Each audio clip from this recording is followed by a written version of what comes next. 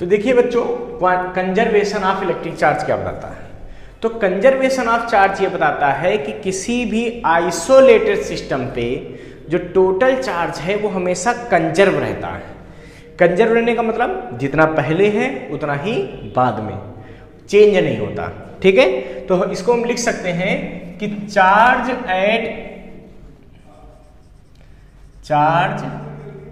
Isolated system always conserve,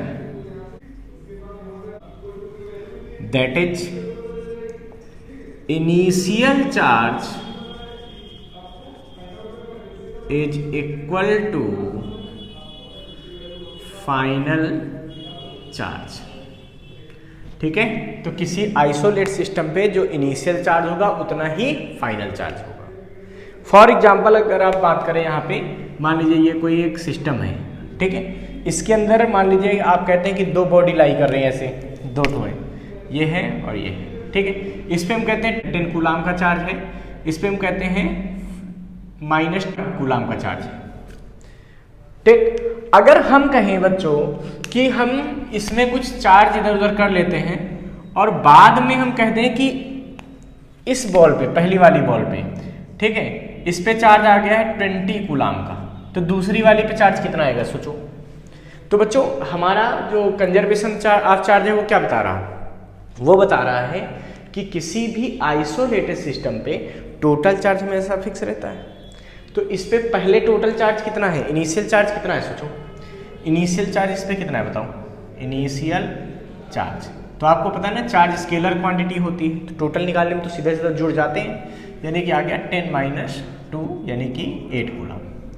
तो final charge कितना होगा बताओ, फाइनल चार्ज तो फाइनल चार्ज हो गया है 20, और इसका तो मुझे पता नहीं, ये हमको निकालना है, तो हमने मान लिया x, तो 20 + x।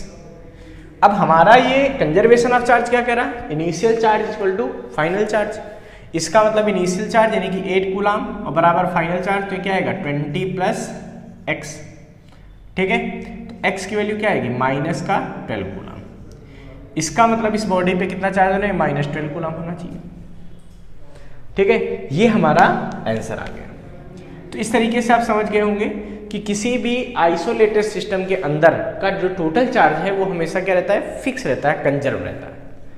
ठीक है, अब इसी पर एक बेस्ट एक क्वेश्चन भी हमारे यहाँ देखिए सीबीएसई बोर्ड में आया है, इसको भी ट्राई कर लेते हैं। क्वेश्चन हमारा ये है कि in an experiment 3 microscopic latex spheres are sprayed into a chamber and becomes charged with the charges +3e, +5e and -3e respectively.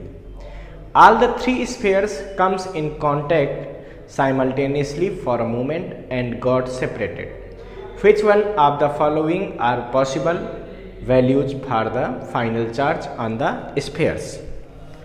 तो देखिए बच्चों, इस क्वेश्चन में हमसे कह रहे हैं कि 3 स्फीयर ऐसे स्प्रे किए गए हैं जिन पे चार्ज कुछ इस तरह से होंगे, 3e +5e और -3e।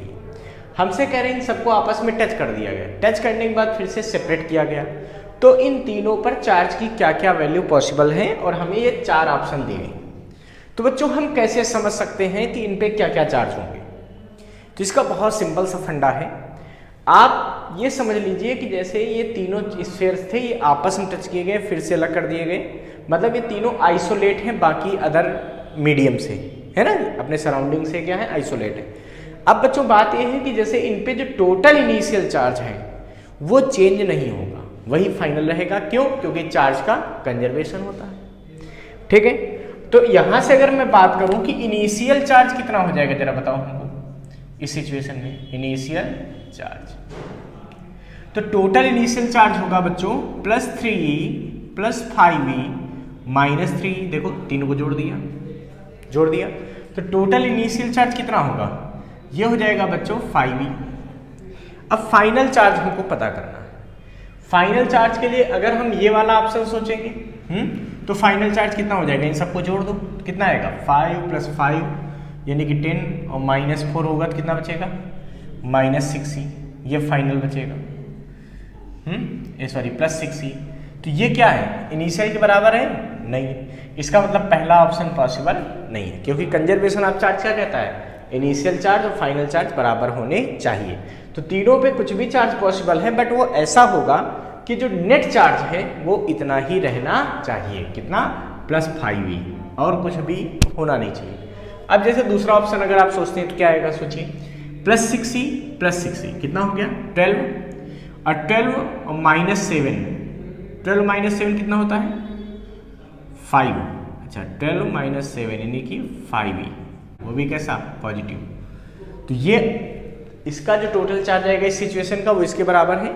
इसका मतलब स्फीयर पे ये चार्ज पॉसिबल है, +6e हो सकता है, +6e हो जाए और माइनस क्या हो जाए 7e। तो ये वाला ऑप्शन हमारा करेक्ट हो जाएगा।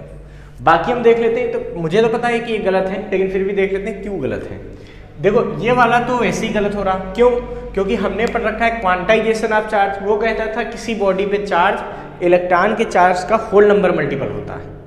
यहाँ पे तो बता रहे हैं वो 5.5 फ्रैक्शन में, तो फ्रैक्शन में तो होता नहीं, तो ये चीज़ तो ऑलरेडी एग्जिस्ट नहीं करेगी, मतलब ये चीज़ क्या हो गई, गलत हो गई।